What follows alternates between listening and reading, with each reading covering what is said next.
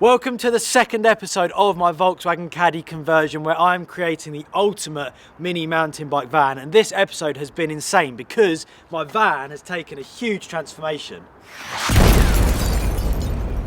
In the first episode we have made a great start to the project, as all of our focus was on converting the back of the van, which previously had been ply lined badly, the flooring was rubbish and there was no form of lighting.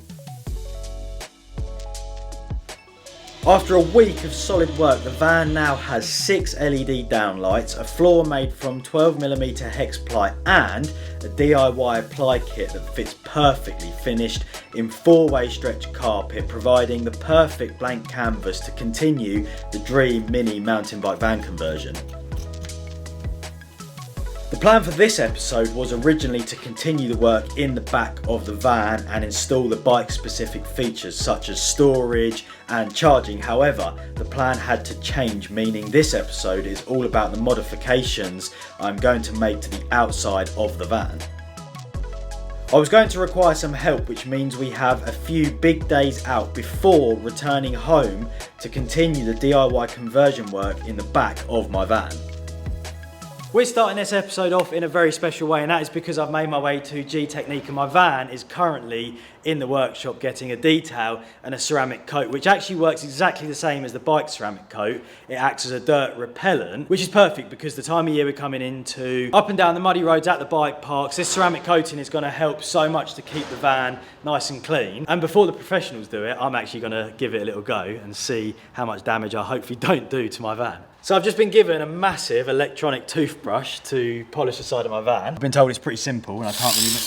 Oh no, you're not supposed to do that. It's gone everywhere. Here we go. I was told not to take it off with it spinning. I guess the same applies to when you put it on. I'm now having to tidy up so the professionals can get in and redo what you've just done. Redo what I've just done, but in the proper way, not fire it across the workshop.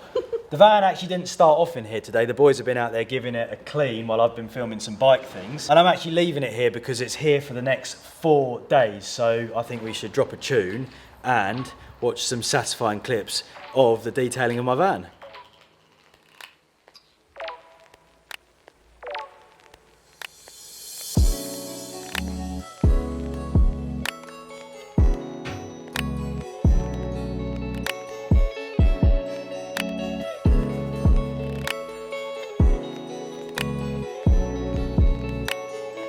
This detailing process begins with a deep decontamination wash, which is vital before any detailing or ceramic work takes place.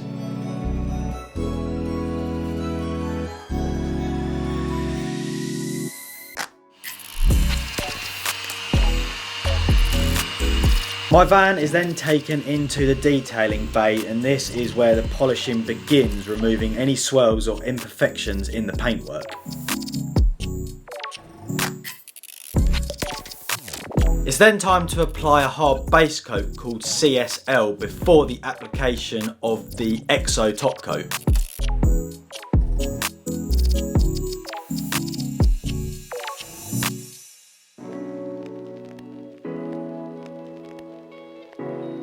The process is then complete with all of the glass coated in a Vision Smart Glass product and finally a wheel armour applied. Fast forward 4 days and the boys here at GTECHNIQ have been insanely busy detail polishing and ceramic coating my van. It's just behind us there in the detailing bay. Right now I haven't seen the finished product yet and I'm very excited, so let's make our way in and take a look. Here we go then, I'm going to turn and look right now. Holy shit, that looks absolutely incredible. There's been a lot of time and effort going into that. I don't think I've ever seen a vehicle as clean as this in my whole life. It's absolutely insane. It seems like it's almost made it change colour, and it is so reflective. When you look at it, it's like a mirror. You can really see there's been a lot of time and effort go into this, which I'm very grateful for, because when you have something nice, it's obviously nice to keep it that way. And so important when you're up and down these like quarry farm tracks on the way to bike parks. It's so easy to ruin a vehicle, and now with a ceramic coat it's going to make it super easy to keep clean. I'm actually going to give you a quick demo of the beading that the ceramic coating causes. So as you can see, as I spray the water on, look at how quick that it just runs off the surface, because the ceramic coat stops the dirt sticking to it exactly the same as what it does on the bike ceramic. With the detailing process complete, it was time to leave GTECHNIQ and hit the road again, as we are now ready to fit some modifications. We've now made it to van style, and this is where the outside of my van is about to undergo some big changes. Van style is the place to come if you're looking to transform your van with some upgrades. They cover everything from refrigerators to suspensions, springs, wheels, tyres, and all the accessories which go on the outside and give it that really nice little touch. I love the look of my van as it is, but the one thing that I do miss from my Transporter is all the upgrades, like the bars on the side, the little spoiler and the deflector on the windows. And today we're going to be getting them upgrades, but they did invite me to do some riding here at the HQ, so let's go and have a little session.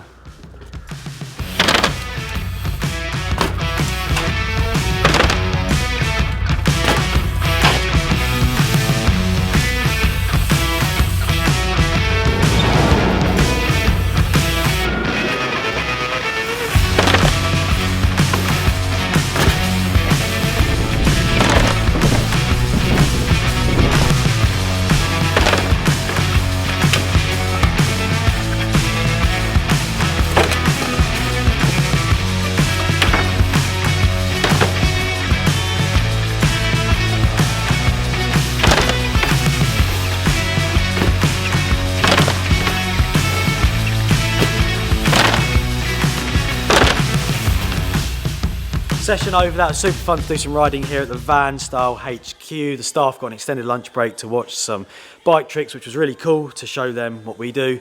And now my van is in here on the stand, ready to have the upgrade. So it's about time that we drop a build laps and get upgrading.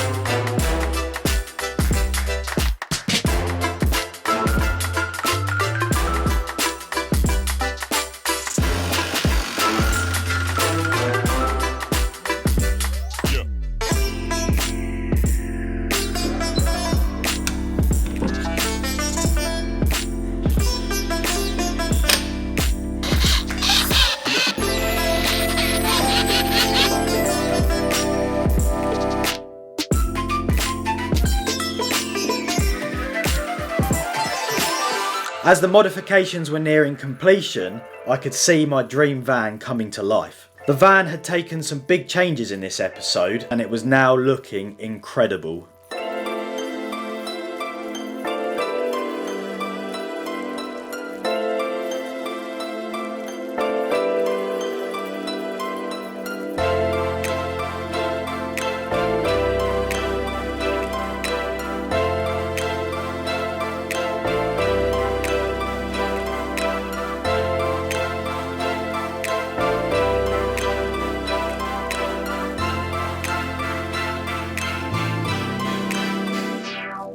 This has been such an action-packed episode. My van was actually away for a week at GTECHNIQ getting the ceramic coating and the detailing, and then we had a big day at Van Style upgrading it, and as you can see from that mini edit, it looks absolutely insane. I'm so stoked with how the van's turned out. But what's actually quite funny for me is I'm actually not much of a car mod guy. I don't like vehicles when they've been changed too much. So the changes that I've made to the van are sort of the most that I'd like to do to a vehicle. The modification that makes the biggest difference aesthetically to your vehicle are the wheels, and these are the Wolf Race Wolfsburg GTR Black Edition. They're 18 inch. The previous wheels were 16 inch, but these have a lower profile tyre, so the actual diameter of the wheel and the tyre is the same. I've said a lot throughout this video that I spend some time driving off-road up and down dirt tracks to get to the bike parks, and you might be looking at these wheels and tyres wondering why I've not gone for a more off-road tyre, and the reason for that is purely because the amount that I do drive off-road doesn't weigh up to the amount of miles that I do on the road. So I feel that the negatives of an off-road tyre, which is rolling resistance, noise and lower fuel economy doesn't outweigh having a lower profile tyre for the amount of driving that I don't do off-road. So although I actually think the big beefy wheels do look cool, these are definitely more practical for me.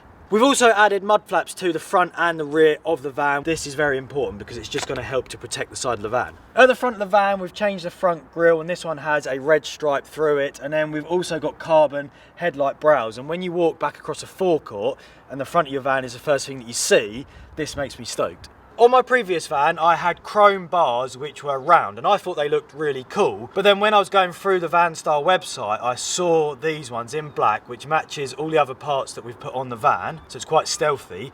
And I actually think that this shape looks way more modern than the old round bars. I've then also added some wind deflectors. They again were on my Transporter, and I just thought they were really cool, so when we was upgrading this one, they were kind of an essential for me.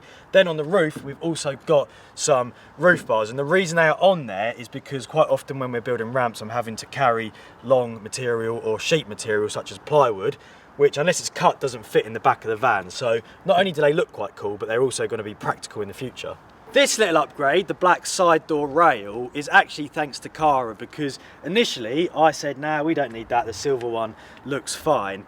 But we both actually agree that if we'd have kept the silver one, all the other upgrades we put on probably wouldn't have had the same effect, because you'd have stealthed everything except the big silver rail on the side. The outside of the van looks insane, but there is one upgrade that you don't really see, and that is a carbon door sill protector. You're constantly jumping in and out the van, muddy shoes, and it's so easy to just damage and mark the step over time, so this should help to keep it nice and clean. There's one thing I do want to say about the ceramic coating. So that was actually done around about a month ago, and we've been out riding and using the van since then. It's actually so difficult to get the van dirty, but then so easy to clean it. When you spray the van with the hose pipe, the water and dirt just runs off the van, which not only keeps your van clean, but it also saves so much time. There we go then, the outside of the van is complete, but the back is far from done. We've got a lot of work to do and a big episode coming up. So let's go take a look at the state of the back of the van now and see what we can change.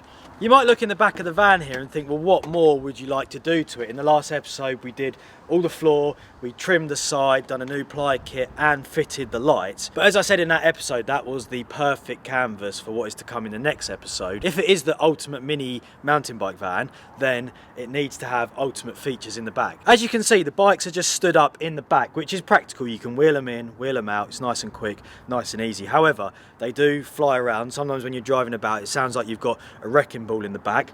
The helmets and bags aren't very secure, and in the back corner you can't quite see it, but there's a load of tools, spare tyres and a pump, which again just constantly moving and flying around the van. Not only that, because it's winter time and the bikes are rested against all the trim work that we did last time, the trim work is actually starting to get damaged and get muddy tyre marks on it. So that means the next episode we are going to be doing a load of work in the back here. I've been doing a lot of research and I've got all my ideas, and by the time you're watching this I'm going to be well underway to getting this completed. Unfortunately, that is all we've got time for today. I hope you guys have enjoyed this episode as much as I have. If you did, please give us a thumbs up, leave your comments down below, and I will see you in the next one. I'm like an addict, do I gotta have it. I ain't even playing, got a really bad habit. If it moves, gotta grab it, fuse like a magnet. Lose, won't have it till I'm doomed in a casket. I ain't playing, got a weird mind. If you work 8 hours, I'ma work 9. If the shit tastes sour, you should taste mine. I'ma stay in power for a long time. Get up, nah, I ain't a